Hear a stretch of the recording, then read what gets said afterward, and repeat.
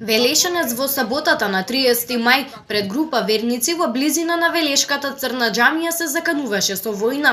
Ние живееме за една цел, а тоа е нашиот Господар и нашиот пратеник. Кој за него ќе каже збор, ние да знаете дека ќе бидеме револтирани на овој случај и ќе правиме се тоа што ќе треба како што ни е должност во Куран и Керим. Дел ќе дојде кога ако некој уште еднаш ова се повторува, ние заедно ќе можеме да се војуваме со тие луѓе што го прават тоа.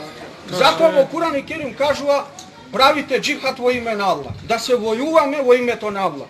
Доколку вие правите еден апел да прави уште еднаш вакво нешто, да се прави вакво нешто, ние муслиманите ширум свет ќе станеме и ќе имаме некоја работа која што ќе се превземе со радикален начин. Говорникот, чие име е Ефрат Мемедовски, рече дека бил погрешно разбран, бидејќи не го знаел добро македонскиот јазик.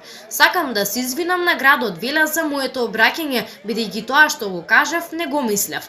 Мојот македонски јазик не е доволно усовршен, бе возбуден и поради тоа моите зборови се разбраа на начин на кој што и самиот јас не го оправдувам. Исламската вера и муслиманите никогаш не повикуваат на безредие и анархизам, туку повикуваат на соживот со комшиите и со сите останати вери и нации. Се извинувам до македонската јавност, вели Мемедовски во видео обраќањето објавено преку социјалните мрежи.